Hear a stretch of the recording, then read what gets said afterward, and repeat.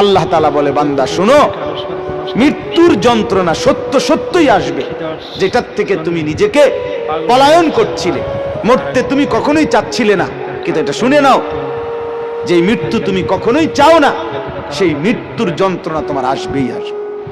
সাকরাতুল মউত হাত্তাকে, এমন কি আল্লাহর নবী সাল্লাল্লাহু আলাইহি সাল্লাম পর্যন্ত ইন্তেকালের পূর্বে নবীজি হাদিসে স্পষ্ট আছে, আম্মা জান আয়েশা বলছেন, নবীজি সাল্লাল্লাহু আলাইহি সাল্লাম একটা বাটির মধ্যে পানি দিছে, আর নিজের পবিত্র ডান হাত মোবারক দিয়ে হাত দিয়া এই বাটির পানির মধ্যে চুবাইতেছিলেন, আর কপালের ঘাম মুছতেছিলেন নবীজি, আর বলতেছিলেন, লা ইলাহা ইল্লাল্লাহ ইন্না লিল মাউতি সাকারাত, আল্লাহ আপনি ছাড়া আর কোনো ইলাহ নাই, আহা মৃত্যুর তো বড়ই যন্ত্রণা। নবীজি বলতেছিলেন, খুদ রাসূল বলতেছে, যার কষ্ট হওয়ার কোনো কারণ নাই, শুধু আল্লাহ তাআলা দেখাচ্ছিলেন, বন্ধু আপনার উম্মতের হালাত কেমন হয়। নবীজি বলতেছিলেন, হায় মৃত্যুর তো বড় যন্ত্রণা। হযরত ফাতেমা রাদিয়াল্লাহু তাআলা আনহা, ওই হাদিসে আছে, ফাতেমা রাদিয়াল্লাহু তাআলা আনহা তখন কাঁদতেছিলেন, নবীজির মেয়ে, আর কাঁদতে কাঁদতে বলতেছিলেন, ওয়া কারাবাহ ইয়া আবাতা, আরবীয় আফসোসের বাক্য, হায় আমার আব্বা, না জানি আপনার কি কষ্ট হচ্ছে। আল্লাহর নবীর সাথে সাথে বলছে, লা ইয়া ফাতেমা, না না ফাতেমা, কষ্ট হচ্ছে না, লাইসা আলা আবিকাল কারব বাদা হাদাল ইয়াউমি আবাদা। সুবহানাল্লাহ। বললেন নবী, ফাতেমা শোনো, আজকে তোমার বাবার জিন্দেগীর কষ্ট সমাপ্ত হচ্ছে, আজকের পরে আর তোমার বাবার কোনো কষ্ট থাকবে না। 23 বছর আমি দিবানিশি মেহনত করছি, কষ্ট করছি, কাঁদছি, চোখের পানি ফেলছি, পাথরের আঘাত সয়েছি, পেটে পাথর বেঁধেছি ক্ষুধার কষ্টে, দান দান শহীদ করেছি, সারা দেহ রক্তাক্ত হয়েছে, আমার অনেক কষ্ট হয়েছে, ঠিক মতো ঘুমাই নাই, ঠিক মতো খানা খাই নাই, ঠিক মতো রাত্রিতে বিশ্রাম করি নাই, বিবিরে সময় দেই নাই, পরিবারকে সময় দেই নাই।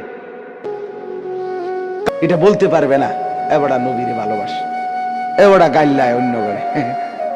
আমার খুব হাসি আসে, জানে কি জবাব দিত এগুলারে, কি তো জবাব দিব, মেয়ে কি জন্য জবাব দিব?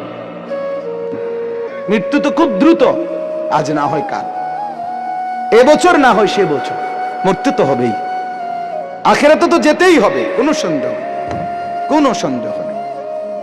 এজন্য বলতেছিলাম, আল্লাহর নবী সাল্লাল্লাহু আলাইহি ওয়াসাল্লাম বললেন যে আজকের পর থেকে তোমার বাবার আর কষ্ট থাকবে না। আমার বলার উদ্দেশ্য হলো, সাকরাতুল মাউত, মৃত্যুর যন্ত্রণা, প্রত্যেককে মৃত্যুর পূর্ব মুহূর্তে মৃত্যুর যন্ত্রণা সইতে হয়, ভীষণ যন্ত্রণা, ভীষণ ভীষণ, কিন্তু ঈমানদার সেই যন্ত্রণার মধ্যেই মজা পায়, মৃত্যুর সেই যন্ত্রণার মধ্যেই আনন্দ পায়। ঝাল তো খুব হয়েছে, কিন্তু স্বাদও তো লাগতেছে, ঠিকই না বলেন?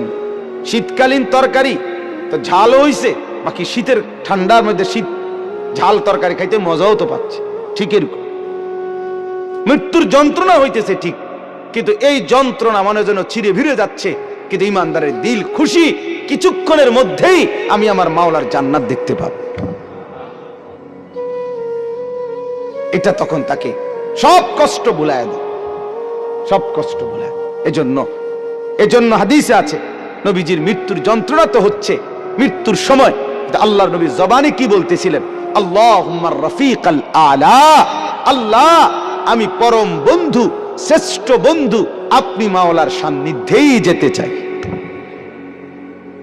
তার মানে যেন আল্লাহ তাআলা বুঝাইছেন, বন্ধু মরবেনও না তা আমাকে আর পাবেন কেন, মরতে তো হবেই, আসতে তো হবেই আমার কাছে।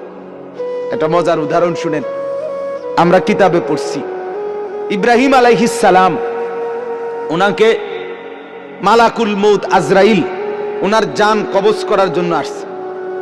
তা আসার পরে আজরাইল জি বলছে, হে আল্লাহর নবী ইব্রাহিম, আমি আসছি আপনার জান কবজ করতে, আপনি যাবেন?